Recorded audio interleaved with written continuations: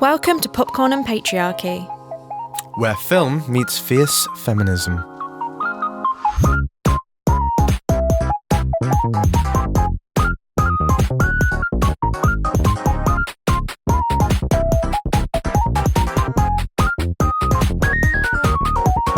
Hello and welcome to Popcorn and Patriarchy. I'm your host, Esme Michaela. I'm an actor, founder of Evulve Productions and a freelance producer, and this is my co-host. Hi, I'm Joe Coates. I'm an actor and creator. Popcorn and Patriarchy is our brand new podcast that was born out of a karaoke session on my birthday last year. Popcorn and Patriarchy is going to be released bi-weekly, structured as companion episodes that combine film critique discussion with creative participation. The first episode of each month explores a film through an intersectionally feminist lens, and Joe will then be set a creative challenge inspired by the film. In the second episode released in a month, we will review the creative challenge and discuss the process of working with various art forms. Can't wait. Can't wait. Yeah. Let's get stuck in. Barbie.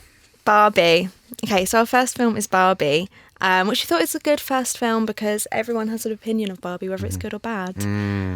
Marmite film. Most people I know have loved it, but there is a few that don't. And also, Barbie movie, very pink. We're pink. It all works. Why did you say it was Marmite?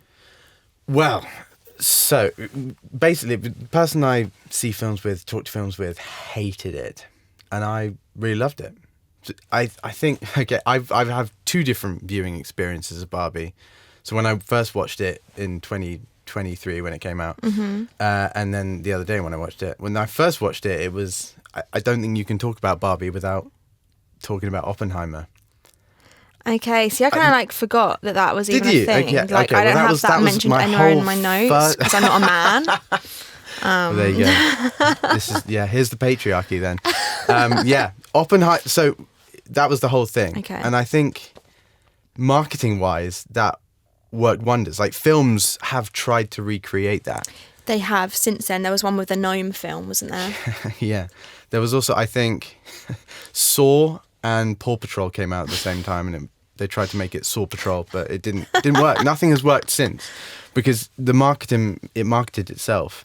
They did all this stuff, like Margot Robbie was wearing loads of Barbie outfits, coming out and doing all that sort of stuff. But so there was actually a $150 million budget on their marketing. Nice. Good stats. 150 mil.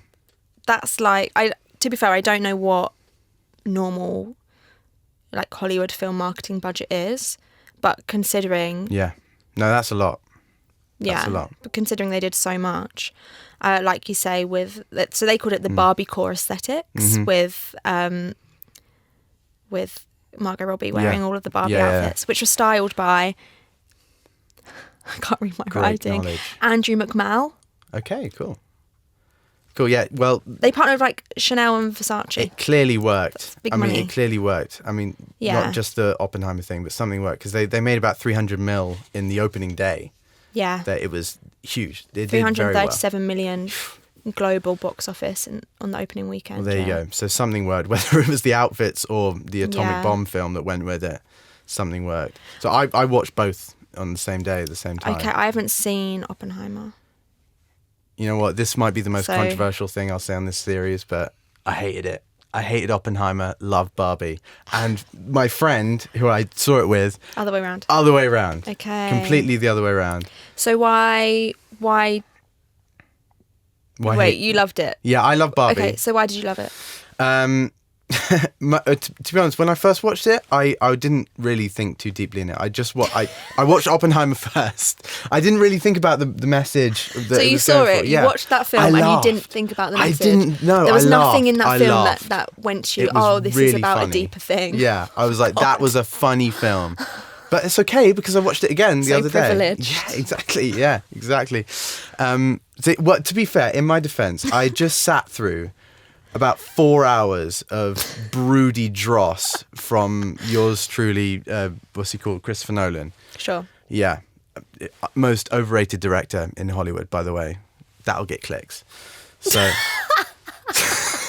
So, yeah, I just sat through that and then we did a double bit. It was actually, we had a gas leak at a drama school. So we had the whole day off and we're like, let's go Okay. let's go do Barbenheimer. And we did, and I was depressed and miserable, and then you saw it as then fun. I saw Barbie, and it fun was film. uplifting, and it was that was the way around to do it, because I came out of the day happy Yeah. and bubbly and pink. So with your second round of watching it, do you still love it?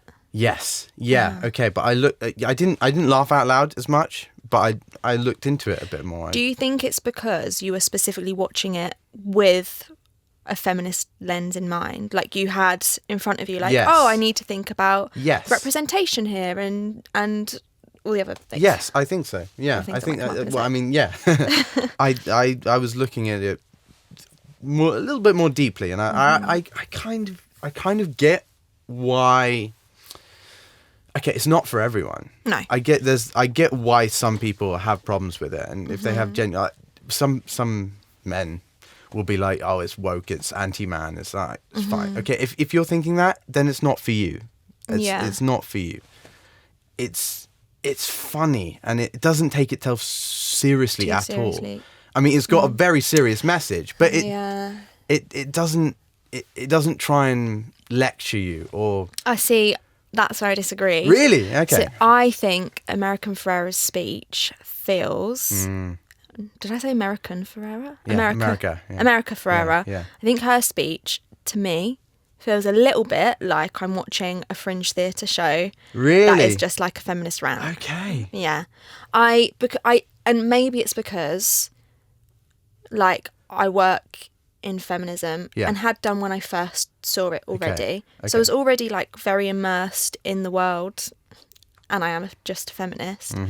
So I already got what it was saying. I didn't need that speech to really hammer home, this is what we're saying. I got it. Like, Yeah, I okay. knew it already. Cool. So for me, I was like, I could do without this, and I'd still take the same thing away. Okay. See, Whereas, yeah, for you. I loved that speech. I mean, yeah, it was eye-opening for me as a man, that speech. I mean, like these are things that I know women go through, and she was kind of listing. It was a list, but it was impactful for me. Yeah, it was because it was a sobering moment in an otherwise like ludicrous film where like all the characters are a bit stupid in their own way.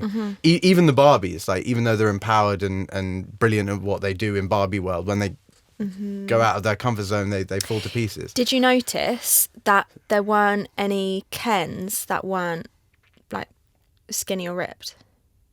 No. Like you had plus size Barbies, there weren't any plus size Kens. Yeah, but well, that I mean, Ken's a whole thing in itself. I mean, Why is Ken a whole thing in itself? because he's an accessory.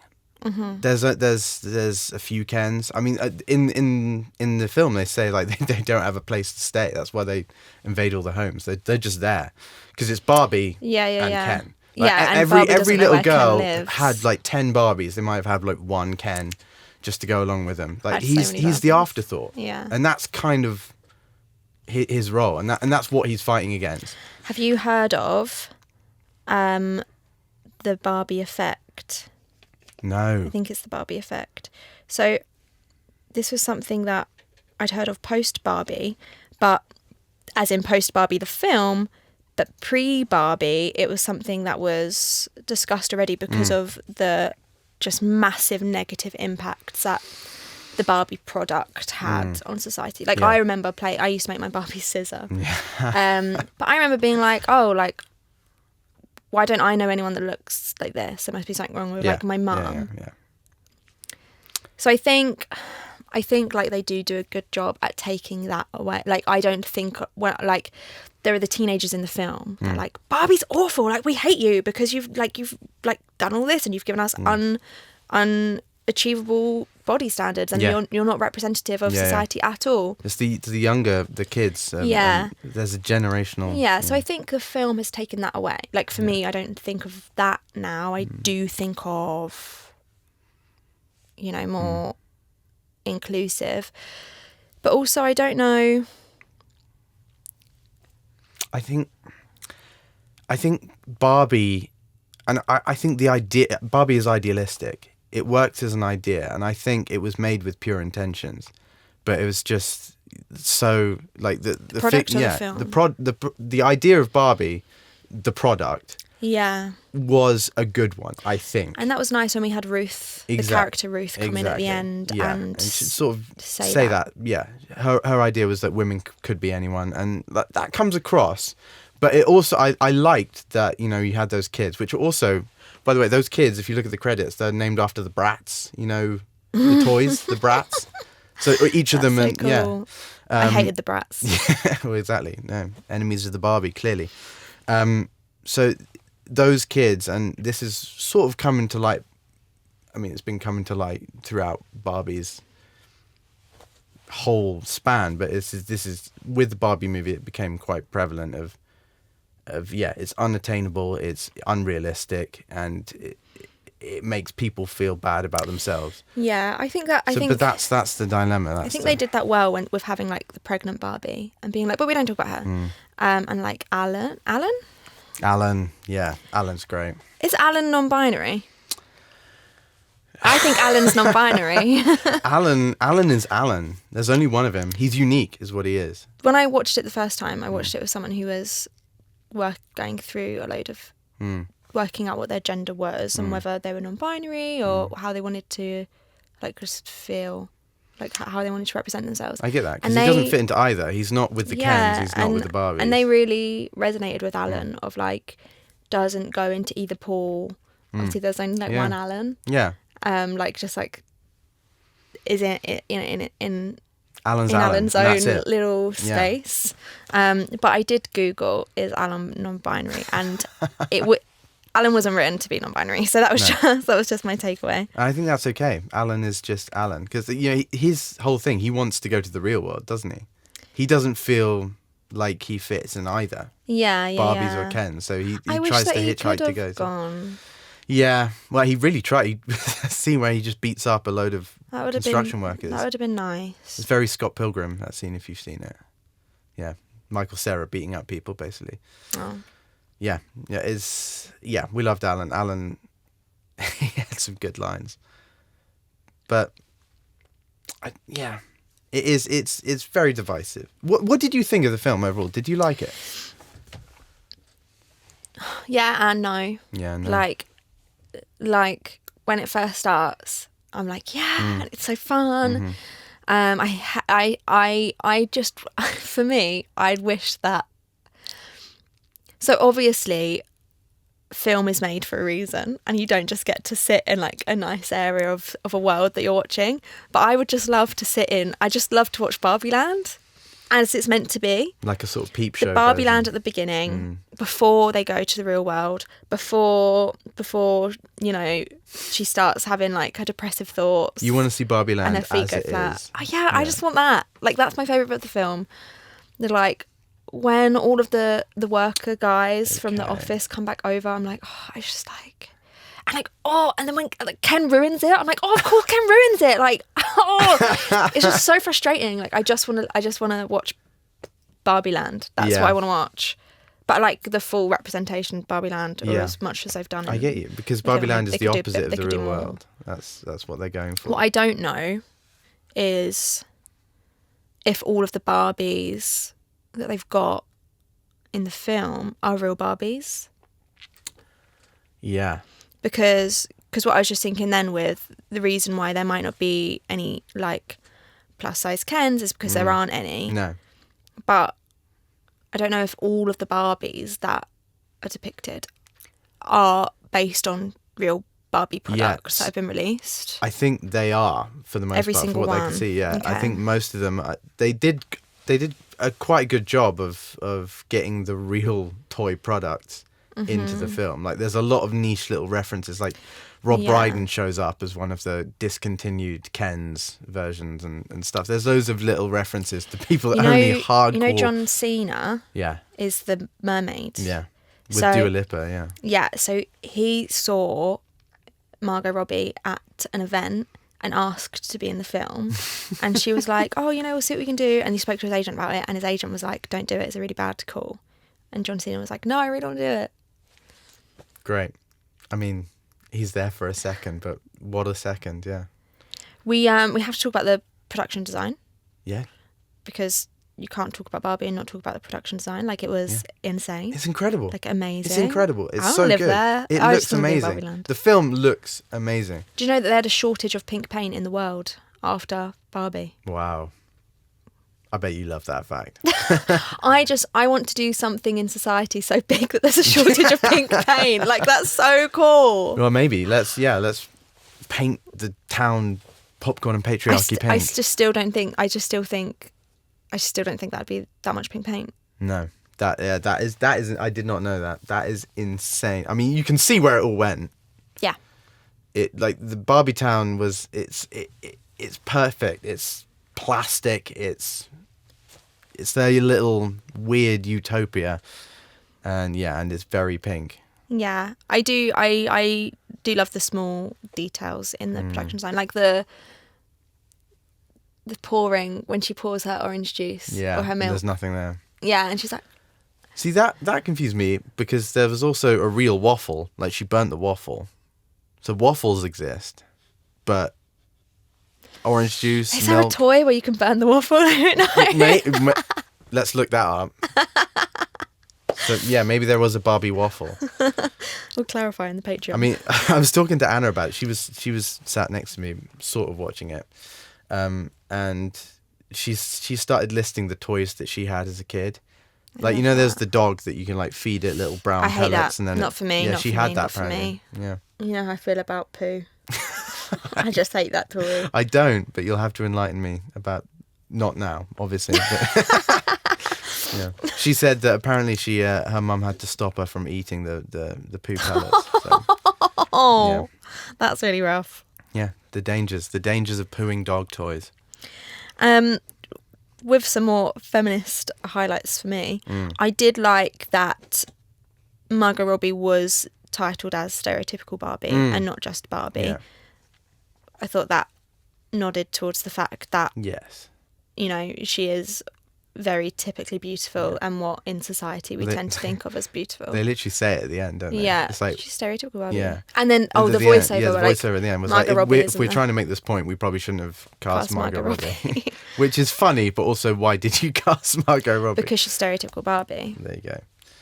If she was just a normal Barbie, I think they wouldn't have made the point as much. Also, they wanted to cut, you know, the scene where she's in the real world and she sits on that bench with the old lady and she says, "You're so beautiful," and she cries. Yes. They wanted to cut that. Then, like, the network wanted to cut Why? that. Time, I don't know, maybe, like, just didn't feel like it added any effect. And Greta Gerwig really fought for it Yeah. and said, like, there's a quote that she says, "If this scene isn't in the film, I don't know what the film's about." Because for her, like, that scene sums up what the film is about, of, like, untraditional beauty, I guess. Yeah. Wow. And that we don't have to, you can be beautiful and not be, you know, meeting all of these ridiculous. I mean, that sums up the good side and the dark side of Barbie, of the damage it does and the uplift it causes. I mean, that lady that sits on the bench with her, I think she was like a model, like, back in the day, something like that. I think she was, like, I heard that she might have been one of the figures that Barbie was modelled off. She was to do with the crew or cast somehow. I can't remember how. Lots of people in some of the backlash had said that they should have cast Ruth Handler, I think her name is, her daughter. Yes. But she wasn't in it. Yeah, was she not in it? But she did give the film her stamp of approval. Did she? She did say, like, "Oh, this is good." But I don't know whether that was, like, before it was released. Ruth Do you know what I Handler, mean? yeah. Ruth Handler's a slightly divisive character in herself. I mean, one of my favourite bits was, I didn't pick up on this the first time I watched it, but watching it again, is the bit where she mentions the IRS. And I did look into that. She had a huge battle with tax evasion. And there's a joke she does where I can't remember the actress playing. Me neither. It's the mum from Matilda. She's great. And she's like, that's a whole nother film. And that is the prequel I want to see. Okay, Greta Gerwig, if you get in touch with me, okay, here it is. So, Ruth is having a battle with the IRS. She then travels to Barbie Land to recruit my some of the lawyers from Barbie Land, the Barbie lawyers, Yeah. to come and fight her battle for her, because they're all wonderful lawyers. They're so good. She gets, and it's a courtroom drama. We'll work on it. I love that. Yeah. So so do you have anything else to add to your Barbie review before we move into our letterbox rating? No. One thing I will say is, you said it was on Netflix. It wasn't. It was £3.49 on Amazon, on my mum's Amazon that she paid for. If you're listening to this, Mum, I will pay you back. But it was worth it. It was worth it. I've got it for the next 30 days, so I really liked it. I laughed. There's the bit with Pride and Prejudice that just made me laugh, because that is my girlfriend Anna. She whenever she's feeling sad, she will go to Pride and Prejudice. Yeah, that's a big one, isn't it? People love that. Do you not like it? I used to really like it when I was younger. I used to watch it to fall asleep. Okay. You grew out of it. My last thing I want to mention is oh my god, his name's Ryan Gosling, right? Yes. I don't know why I was like that. Like Just doesn't sound like a real name. That he got nominated for the Oscars, but Greta and Margot didn't. And then when he got, he won a Critics' Choice Award for Best Song for I'm Just Ken. Yeah. And there's like a video that went viral of his reaction to receiving it, because he was like, this isn't the point of the film. Yeah. But I think, adds perfectly to the film, because that's the whole point of the film, isn't it? Absolutely. Yeah, there was a lot of controversy about it. Yeah, as well as the pay. So they Margot Robbie earned for the film, I think, the highest amount of money that an actress has received. Yeah. And they were really weird about telling people what Ryan Gosling's pay was, and it turned out to be the same. They got exactly the same. Okay. It's about like 12 mil or something. Sure. 12.5 mil. Yeah. Modest. But it was a bit They're weird about weird about the fact that they were weird about it. The fact they didn't want to tell people what Ryan Gosling was earning, because it was the same amount, and it's kind of in the film. Like the pay gap is a big thing in the film. I think that's the main feedback that I heard from other people, of like, great feminist film, but they could have done more potentially within like the campaign, and like they could have done more for feminism with the film, since they had everyone's attention. Like they had the world's attention on Pink for like a year. I've always worn all pink, and my best friend from when I was a teenager used to take the mick out of me for wearing all pink, and would be like, Esme, just because it's pink, it doesn't mean it goes. And then for her birthday, when Barbie came out, she had a pink party, and everyone had to wear all pink. And I was like, you hypocrite. She was just You're jealous. Just trend jumping. Yeah, the trend that you started. So what would you go for your Letterboxd review? Mine's 3.5. Cool. Yeah, I think on my Letterboxd I might have given it a 4. I think I had it at 3.5, and I might have given it a 4. So we need to agree. Yeah, okay. We need to agree. I'm happy to drop down to 3.4, having 3.5. 3.5. Yeah. Yeah. Why? Yeah, we get really specific. 3.456. What would your reason be in like a sentence? Why would you be willing to drop down from 4 to 3.5? For maybe the reasons you put to me, in terms of, I really enjoyed it as a comedy. And I laughed a lot. I thought it was really funny. It didn't take itself, like, even in the real world, it was all a bit slapstick and silly. And I laughed a lot. And then, but in the second time, I took some meaning from it, and it, I went away with a few things, like that song, Billie Eilish, gorgeous. We haven't talked about that. Yeah, oh my god, yeah, the music. I love it. Yeah. So maybe it should be a 4 then. Maybe you're convincing me. Yeah, maybe. I would say I really enjoyed it. 4 is just so close to 5, but I guess there is 4.5 to get to 5. When I first watched it, I had no urge to watch it again, and then having watched it for this, I was like, why didn't I watch it again? Because it gets a bit long and boring towards the end, which makes me think it should be a 3.5. Maybe you're right. I get to 75% and I'm like, okay, I'm done. It's quite long, isn't it? It's long. It is a bit of a slog. Yeah, because it's quite joke heavy at the start, and then yeah, it does sort of peter off. Although I will say, Margot Robbie does a great job. I love it when she's falling to pieces. I think that's really great. Yeah. She does. She does that very well. 3.5? 3.5. Okay. Okay, 3.5. Okay, so that brings us into the next portion of the podcast, which is our creative confidence sessions. This is where we answer some questions by our audience, just about your creative hang-ups around making creative works. This can be film or theatre, anything, and we'll just answer some questions. So you can submit these on our Instagram or our Patreon. But today, our first creative confidence topic or question that we got, or statement this is that I'm not good enough for how ambitious I am. So I have a theory with ambition that if you were born into like the most privilege you can get, if you were like super rich, had amazing life chances because you're like well educated, like your parents stayed together, you're a cis straight white man in like a first world country, if you come up with any project, does anyone ever tell you that that is too ambitious?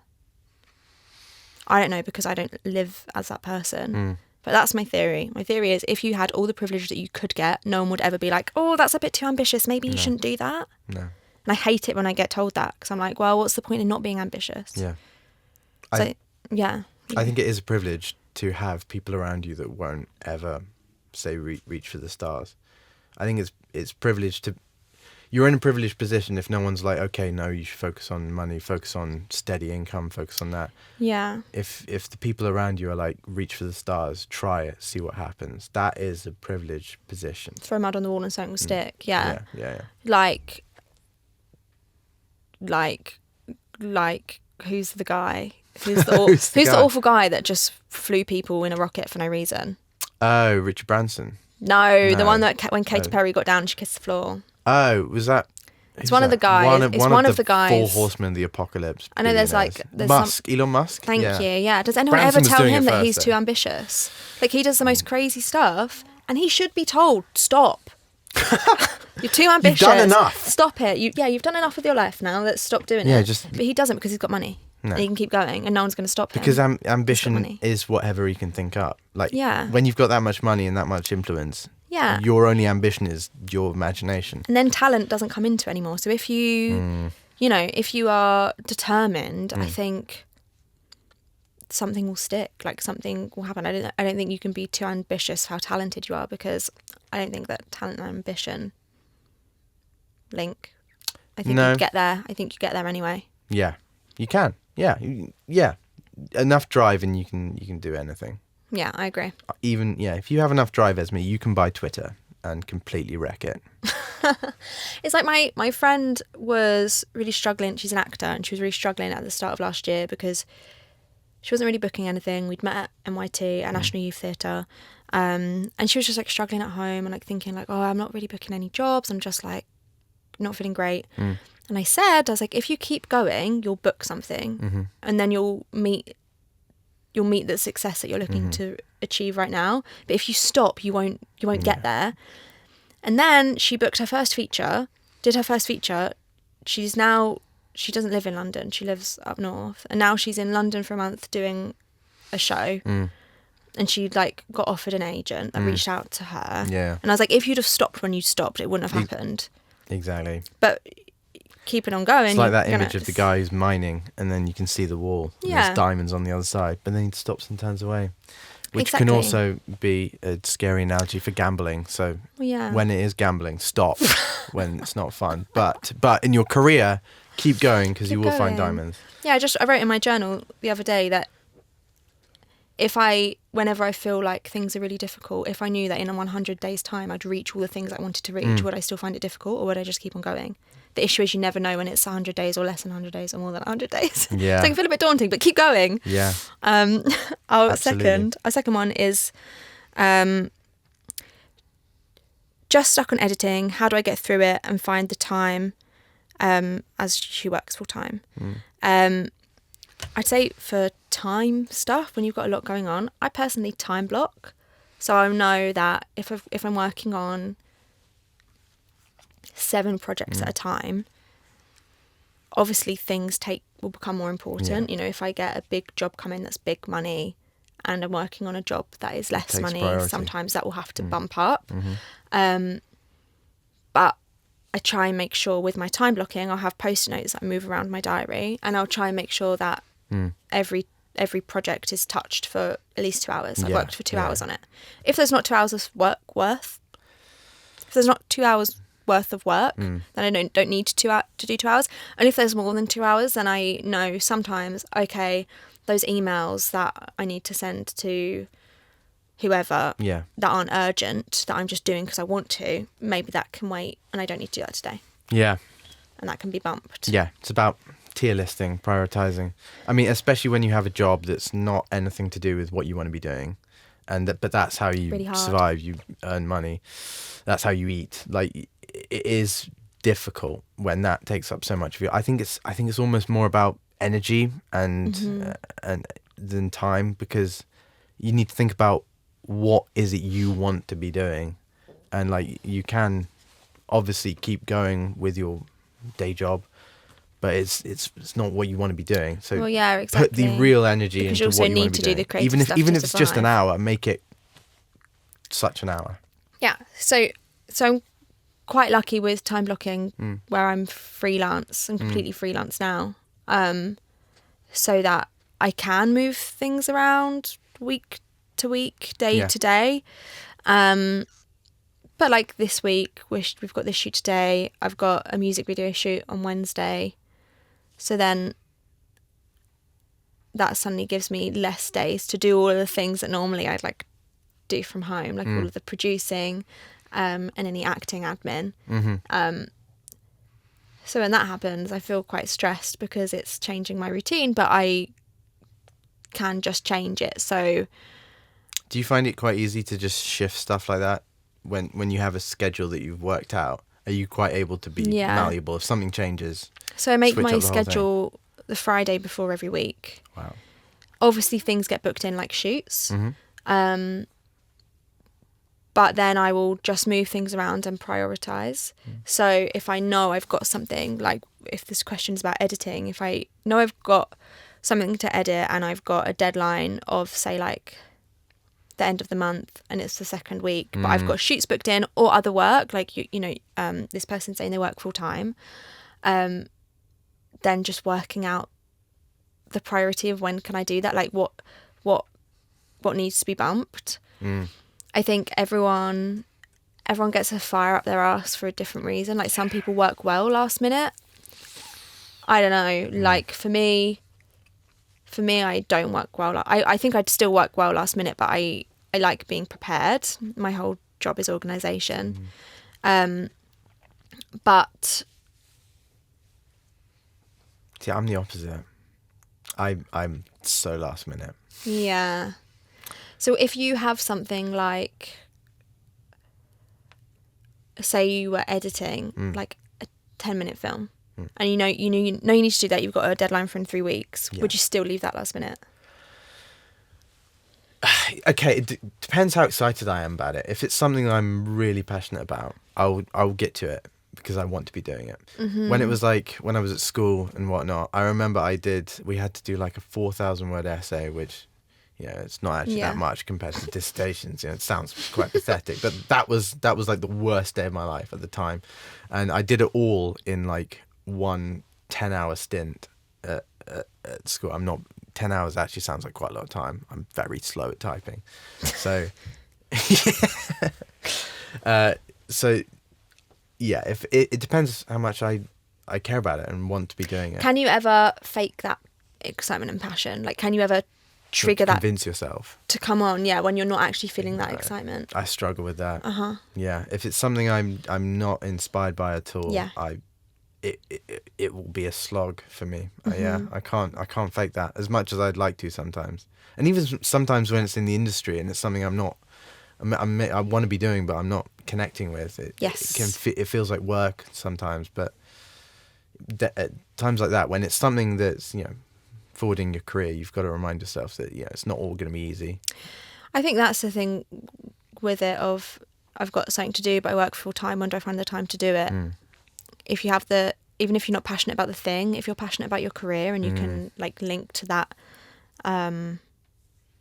spark of like, I know that this is going to benefit my career, because once I've edited this, then I can put it into festivals, and this is my debut short as a director or whatever, or like as an editor or whatever it is.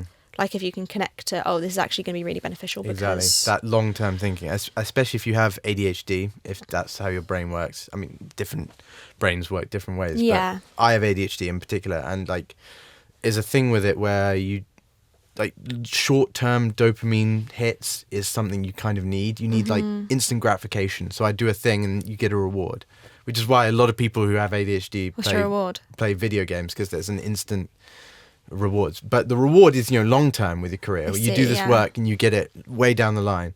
So if you can create some sort of reward system for when you do a thing, I like that. And you get a bit of time to do whatever you want to do, you can have a bit of food, a takeaway, something like anything like that. Yeah, I know, like some people, after every audition, if it's like an out of the house audition, we're on their way home, like get a nice drink or a sweet treat. Absolutely. Because they've gone out of the house and done an audition. Yeah. Yeah. I'm going out of the house. It sounds cliche and patronising, but it is a good thing to do. Adult reward systems, adult star chart. Systems, yeah. Mine's a to-do list, like ticking things off a list. Does that feel good? God, I love it. I'll add things to the list. Like that I'll tick off that I don't necessarily need to be on there, like drive to my boyfriend's. I'll tick that off. Because I know I've done that day and I don't feel like I haven't done anything that day. Because driving to your boyfriend's isn't the great thing. Yeah, I'm normally it's the ticking off I'm normally the sitting list, in the car as the passenger. So, but ticking it off is like, feels really nice. Yeah, better than driving to your boyfriend's. Yeah, but I know that there are certain types of brains that don't get dopamine hits from lists. What motivates you? What gets you up off your ass to do something? Is it making the list? Is that once it's down there and writing? Like, what is it that? Well, I can move things around because that's time blocking. Like, my sister time blocks and she's more rigid with time blocking. But like free flowing time blocking is where I can move things each week. I think just like connecting to the passion of what is this going to do for me. I also love working. Like even when I was working, as like a party host at a crazy golf place. And I would be like mopping the floors. I remember my boss was like, it was my last day and I was like mopping, and he was like, you don't have to do that. Like, we're not going to tell you off. And I was like, I love working. So you love to be busy. Like if you're sat doing nothing, you can't sit still and just do nothing. And my vice is work. That's my issue. Okay. Like some people it's coffee or smoking. Mine is... Mum? No. Mine's work. I love working. I work too much. Oh. So then I have to be more strict to myself. Now I'm not. That sounds like something you'd say at a job interview, and it's like, what is your weakness? I'm way too hard to work out. I'm too much of a perfectionist. If I work from home on my own, my alarm will go off. I'll get up. I'll sit at my desk. I'll start, because I'll be like, there's this thing I want to do, and I'll start working, and then it will be lunchtime. And I'm like, I'll go get lunch in a sec, and then it'll be dinner time. Yeah. And then I will get dinner. Yeah. And then I'll continue working, and then it's 10 p.m. Yeah. Or 11 p.m. So not good. Like if I go into Evulve's office, I'll see everyone else getting up for lunch, and I'm like, it's lunchtime. Okay, that's what we're doing. You just follow the crowd. Yeah. I get you. I get that though. Like when I work from home, I could never do it. I would always have to go into the office or the space or into school I could never do it at home. Too many distractions. If I've got a big deadline, I like knowing that I've got like 5 days in a row where I'm just working from home, just from my desk. And if I need to be doing 10-hour days every day because I've got, we're 2 weeks out of a shoot and we're not ready and there's loads to do, then I'm like, it feels to me a bit better. But, it's not. Like I hate there's like this thought that just because you're a creative, you should be grateful for every ounce of work you were given, and that you should work on it all the time, and you should be contactable all the time. You should be able to get emails and messages at 10 p.m. and it should just be fine. No, that's not fine. Got other stuff going on. Yeah. Like everyone Especially should have a life. Just because we're creative, we don't doesn't just wait for the phone to ring anymore. No, exactly. And if we were in corporate 9 till 5s. We wouldn't be expected to do that. So I don't think we should, just because we're earning less money, not more money at some point. Hopefully. In those moments where you haven't got things going on, you're not swamped with stuff, what gets you up and doing a new project? What's I run a company. I don't think I'm ever not swamped with stuff. There you go. No. Also taking time to I think this is good as a creative as well, because as a creative, obviously you are your company, you are your product, you are the business. I think it's important to we spend so much time within our business, within our creative world, and just doing the thing, and okay, we've got this audition, or we've got this job come in, we've got this thing that's come up, but it's good to also spend 2 hours a week outside of your creative business. For me, it's literal business, or outside of being an actor. And being able to plan, okay, well, I know that I've booked this and I've booked this, and they're in 8 months' time. I need to take time outside of it and be okay, well, if I want to improve my industry relationships, what am I going to do about that? Am I going to plan any networking events? Am I going to set a day where I'm going to schedule emails, or I'm going to research casting directors, or I'm going to look at who I've been submitted to by my agent? And stepping outside of being a creative, so you can reflect on where you want to get to. Yeah. So you're not just in it all the time and it's not happening to you. Yeah. You are actually find out who you are outside of your work as well as in. Yeah, and then you can mould it more, I think, and that's why I love goals. So we'll talk about goals another time, because I could go on about goals and goal setting for hours. So at the end of every episode, I will be setting Joe a creative challenge inspired by the film that we have just reviewed. Today's film was Barbie. So the creative challenge that Joe will need to prepare for next episode is to write a funny song inspired by Barbie. Okay. You do so great at ad-libbing at karaoke that I think you'll be fine. He never sings the lyrics on the screen. I do sometimes. And then last time we were at karaoke, the karaoke guy turned off Joe's mic, so... Yeah, I don't think that was because of me ad-libbing. That was probably just because I was wildly out of tune. What does that creative challenge bring up? Any initial feelings, thoughts? Yeah, it's sort of a where to start thing. I mean, that goes to what we were talking about of getting up off your ass and starting to do something. It's okay, where does it start? That's always the hardest bit for me. But I welcome it. You sometimes need to put yourself out of your comfort zone to create something. So you do. So yeah, bring it on. Awesome. So that's a wrap for our first episode of Popcorn and Patriarchy. Before we go, I just want to say a huge thank you to everyone who makes this show possible. Our fantastic graphic designer who made our logo, Bashful Cat. Danny Shields for our fantastic intro and outro music. Middlesex University for letting us use this space. All of the amazing interns working behind the scenes. And a special shout out to our Patreon supporters. Your support means the world to us and will keep us going as we move forward. So thank you, and we can't wait to see you in the next episode. Thank you, guys.